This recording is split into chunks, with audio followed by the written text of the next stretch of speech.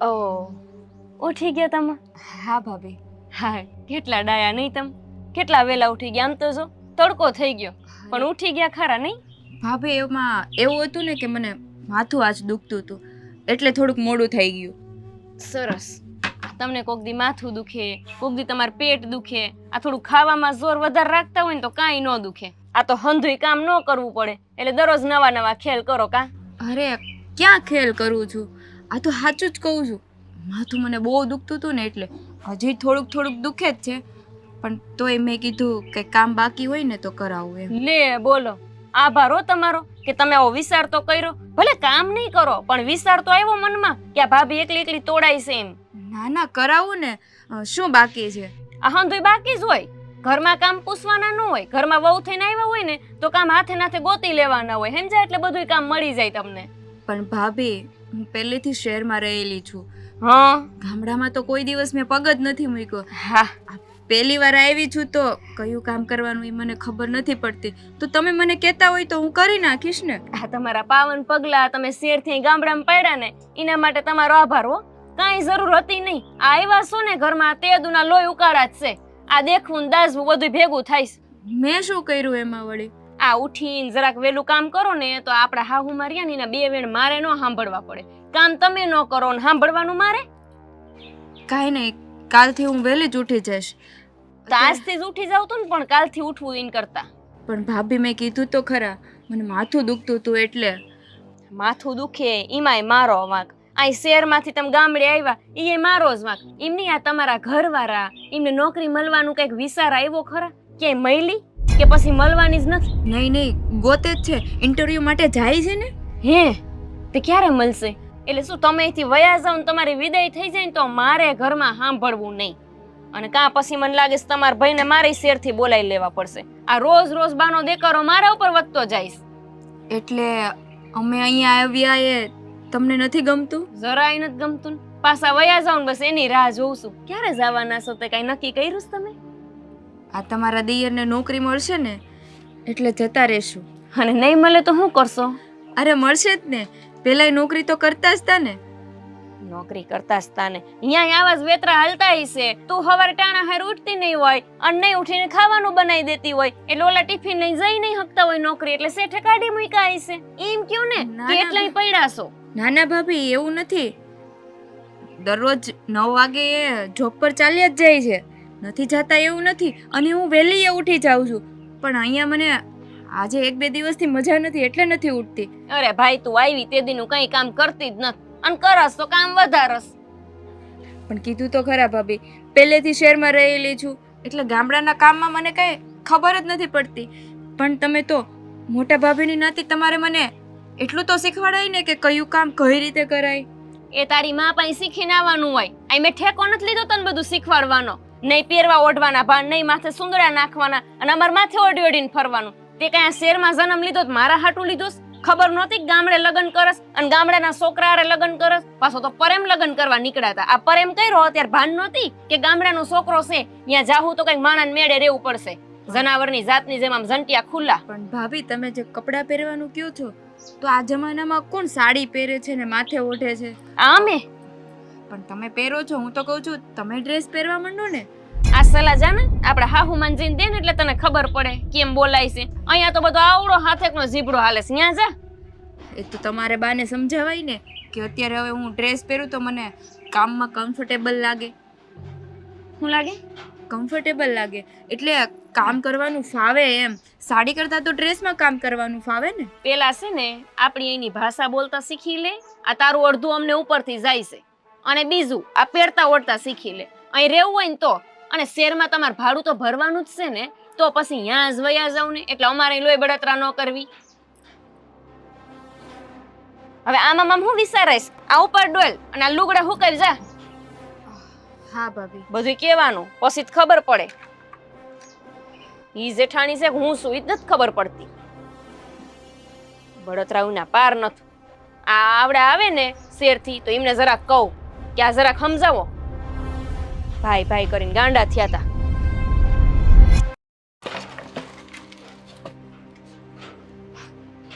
આ શું કરો છો તમે? કઈ નથી કરતો. દેખાતું નથી શું કરી રહ્યો છું? એટલે જ તો પૂછું છું, લાકડા લઈને ક્યાં જાઉં છું? બળતણ માટે લાકડા મગાવ્યા છે ભાભીએ, તો એમને હેલ્પ કરવા માટે લઈ જઈ રહ્યો છું. હા, જે કામ તું નથી કરતી આ ઘરમાં, એ કામ હવે હું કરવા માંગુ છું. હવે તમને તો ખબર છે આ બધું કામ મને નથી ફાવતું, તો ખોટો છોડ. ગુસ્સો કરવાનો તો કાંઈ ફાયદો નથી ને. ગુસ્સો ક્યાં કરી રહ્યો છું? હું તને શાંતિથી તો સમજાવી રહ્યો છું. અને આમ પણ છોડ, આ બધી વાત કરવાનો કોઈ મતલબ નથી. આ બળતણ કરવાના છે, મારે લાકડા કાપવાના છે, તો હું લાકડા કાપીને જટ ભાભીને દઈ આવું. ભાભીની જેમ હવે તમે પણ મારાથી નારાજ થઈ ગયા. ક્યાં નારાજ થયો છું?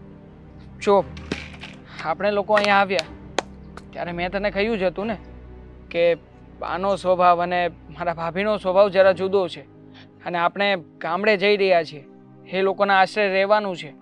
તો પછી એ લોકો જે રીતે તારી સાથે વાતચીત કરે, જે રીતે એ લોકોના મગજ હોય એ રીતે જ આપણે રહેવાનું છે. તો પછી તું આ વાતને સમજતી કેમ નથી યાર?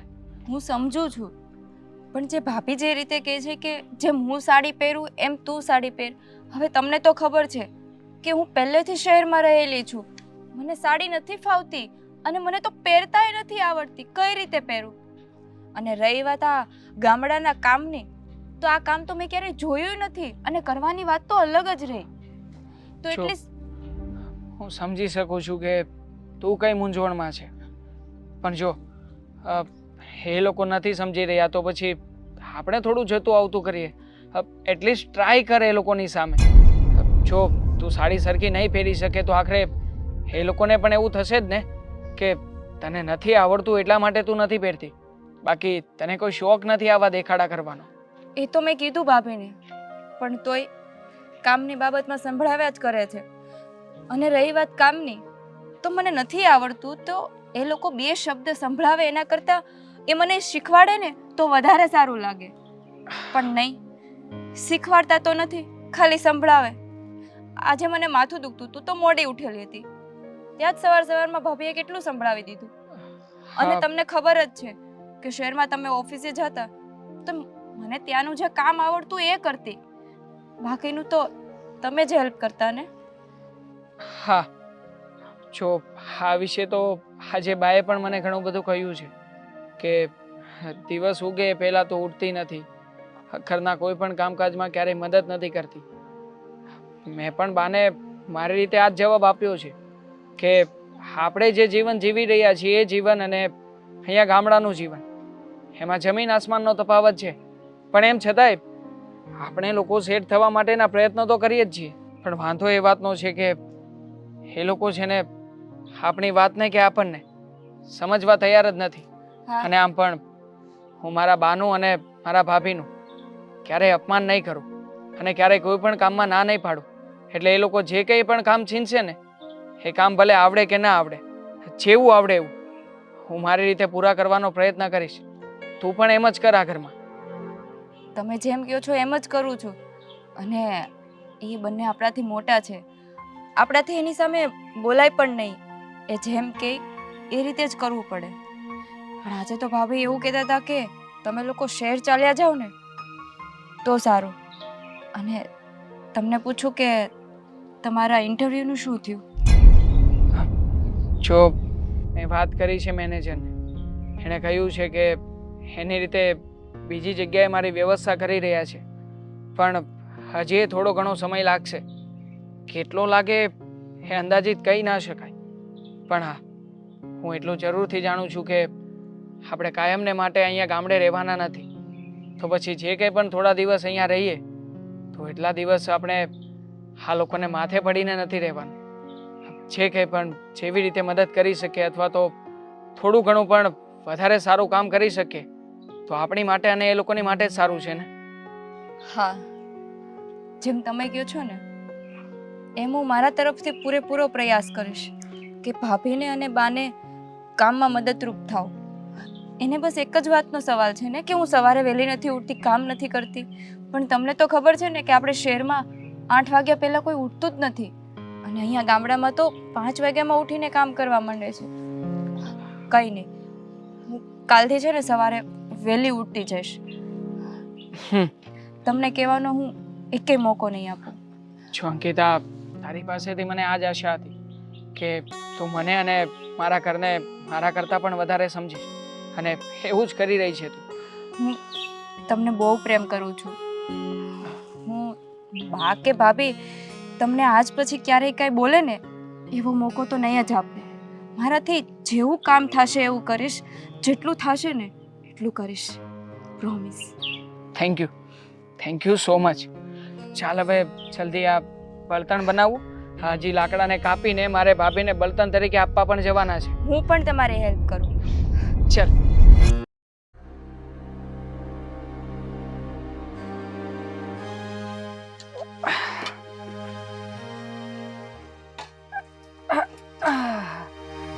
ભાભી, આ તમે મને તેલ લાવવાનું કીધું હતું ને, તેલ આવી ગયું છે, અને ભાઈએ મને બજાર મગાવી હતી, તો એની હારું બજારે લેતો આવ્યો છું. બહુ સારું કર્યું હો. આ તમને એવી ભાનતો છે કે ઘરમાં કોઈ વસ્તુ મગાવી તો લઈ આવાય, કઈ કામ સીંધવી તો કરાય. બાકી અમુક માણસો ઘરમાં એવા ઘૂસી ગયા છે કે એમને કઈ ભાન જ નથી કે ઘરમાં કેમ કામ કરાય, કેમ રેવાય, હું પહેરાય, કેમ જીવાય. ભાભી, તમે કોની વાત કરી રહ્યા છો ઈશારો હું સમજી ગયો છું, પણ હકીકતમાં તમે જેવું સમજો છો ને એવું કંઈ નથી. હોશિયાર તો ખરા તમે નહીં કે મારો ઈશારો તરત આમ કર્યો ને સમજી ગયા. એમ નહીં, આ તમને બાએ શેરે ભણવા મોકલા હતા, પછી તમે અહીંયા હરખી રીતે નોકરી કરી શકો ને સારું જીવી શકો ને એના હાટું મોકલા હતા. આ તમારા ભાઈએ તમારા જેમ શહેરમાં જ ભણ્યા છે હો, અને અહીંયા જ નોકરી કરે છે, પણ અહીંયા બારોબાર કોઈ છોકરીને લઈ આવવાનો ધંધો એમને નહોતો કર્યો. સમજા ભાભી, એવું નથી. અંકિતા મારી ઓફિસમાં જ કામ કરતી હતી, મને ગમી ગઈ અને અમારા બંને વચ્ચે પ્રેમ થયો. સારું થયું તમે કીધું, બાકી મને ક્યાં ખબર હતી. નહીં, આ બા નહોતા માનતા ત્યારે તમારા ભાઈને તમે જ પટાવીને એને ઘરમાં લાવવાની રજા લીધી હતી. તે મને નહીં ખબર હોય તે વાગોડવાની શું જરૂર છે? તો હું તમને એ જ કહેવા માંગુ છું કે અમે બંને લવ મેરેજ કર્યા છે. તે હવે જુઓ, અમારી પરિસ્થિતિ એવી થઈ છે કે શહેરમાં કામ ધંધો નથી રહ્યો, અને 2-5 દાડા અહીંયા રોકાવા આવ્યા છીએ. તો ભાભી પ્લીઝ, મહેરબાની કરીને અમે લોકો તમારા ઢંગ પ્રમાણે ઢળવાનો પ્રયત્ન કરીએ છીએ ને, પણ થોડું ઘણું આમ તેમ થાય તો તમે આમ સંભળાવ્યા ના કરો ને પ્લીઝ. ઓ તમને હવે પાછી બાયડી બહુ વાલી થઈ ગઈ નહીં કે ભાભી હામું આટલા તડીકા લ્યો છો? આ ભાભી છે ને એટલે માં સમાન જ કહેવાય. આ તો તમારા માં જીવતા છે એટલે એને માં કહીને બોલાવો છો, બાકી ભાભી નહીં માણા માં કહીને બોલાવી શકે. તે બે શબ્દ એને કઈ નો હકુઈ નો વાક હોય તો? ભાભી, તમને શું લાગે છે મેં એને કઈ નહીં કહ્યું હોય? કીધું હોત તો આવું ન હોત. પૂછી લેજો ને એકવાર. બા પણ મને આ જ રીતે જ કહેતા હતા.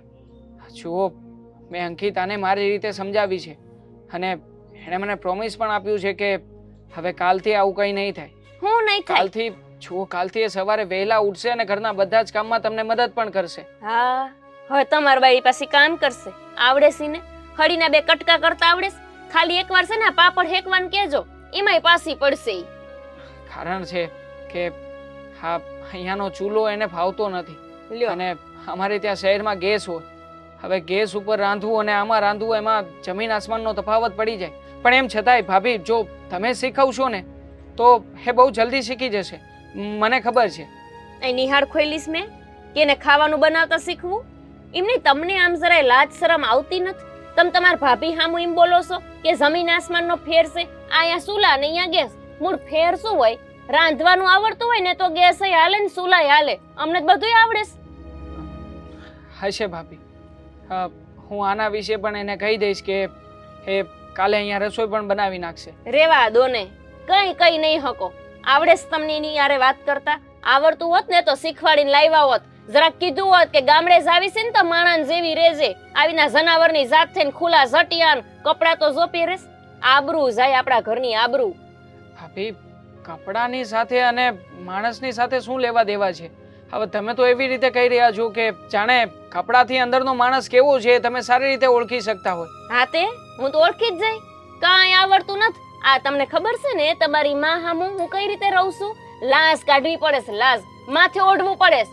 અને આ તમારી માથે ઓઢણું નથી નાખતી, લાજ તો હું કાઢવાની. હા, હશે ભાભી, પણ એવું પણ બની શકે ને કે સાડી પહેરવાથી કે લાજ કાઢવાથી તમે મર્યાદામાં છો એવું કહી શકાય. ઘણા લોકો એવા હોય છે, અને મેં તો જોયા પણ છે એટલે જે- તમે કેવા હું માંગો છો કે આ ગામમાં બધી બાયું જે લાજ કાઢે છે એ મર્યાદામાં નથી રહેતી? ના ના, એટલે તમે જે રીતે કપડાની વાત કરો છો ને, હું તમારી વાતનો વિરોધ કરી રહ્યો છું કે આવી રીતે ફેશનેબલ કપડાં પહેરનારા વ્યક્તિઓ ખરાબ જ હોય એવું શક્ય નથી હોતું. અંકિતા ઘરમાં સેટ થવાનો પ્રયત્ન કરી જ રહી છે. અને ભાભી, તમે ક્યારના સંભળાવી રહ્યા છો, તો આ ઘર અમારા લોકોનું પણ છે જ ને. તો અમે લોકો અહીંયા આવીને 2-5 દિવસ રોકાણાશું. હા, તમે તો ક્યારના મને કહી રહ્યા છો કે તમારે આમ કરવું જોઈએ, તમારે તેમ કરવું જોઈએ. એટલે હવે તમે તમારા ભાભી સામે આવું બોલશો કે આ ઘર અમારું છે ને તમારું છે? એટલે તમે તો હવે બાયડી ઘેલત થઈ ગયા લાગો છો. ગુલામ છો? બોલવું નથી ભાભી, પણ આ છે ને તમે અને મારા બા આ જે રીતે અમારા લોકોની પાછળ પડી ગયા છો ને, એ જોઈને હવે લાગે છે કે આ ઘરમાં અમારો હક મેળવવા માટે અમારે ક્યારેક બોલવું પણ પડશે. હા, એટલે હક તમારે જોઈએ છે એટલે ભાગલા પાડવાની વાત કરો છો તમે. એ તમે ને તમારા ભાઈ કેવી રીતે રહેતા હતા એ યાદ કરો. અને હું કહું છું તો એમાં ખોટું શું છે? એને એવી રીતે જ રહેવું જોઈએ ને જેવી રીતે ગામડામાં રહેવાતું હોય. ત્યાં શહેરમાં ઈ જેમ રહેતી હોય એમ અમે અહીંયા તમારા વાહે જોવા આવતા હતા કે ઈ કેવી રીતે રહેશે ને શું કરે છે. જો તમે કહ્યું એ પ્રમાણે સમજાવવાનો પ્રયત્ન કરું છું અને કરતો રહીશ અને હજી એ સમજાવીશ. હવે એક દિવસ તમે જોઈ તો જુઓ કે કાલે સવારે વહેલા ઉઠીને તમે જે રીતે અપેક્ષાઓ રાખો છો એ પ્રમાણે કામ થાય છે કે નહીં. અને જો એ પ્રમાણે કામ ના કરે તો પછી મને કહેજો ને. તો પછી એને મૂકી આવજો પાછી એના શહેરે અને તમારે રોકાવ હોય ને એટલા દાડા રોકાશો. અને તમને એના વગર ન હાલતું હોય તો તમે વયા જાશો. જાઓ હવે અહીંયાથી.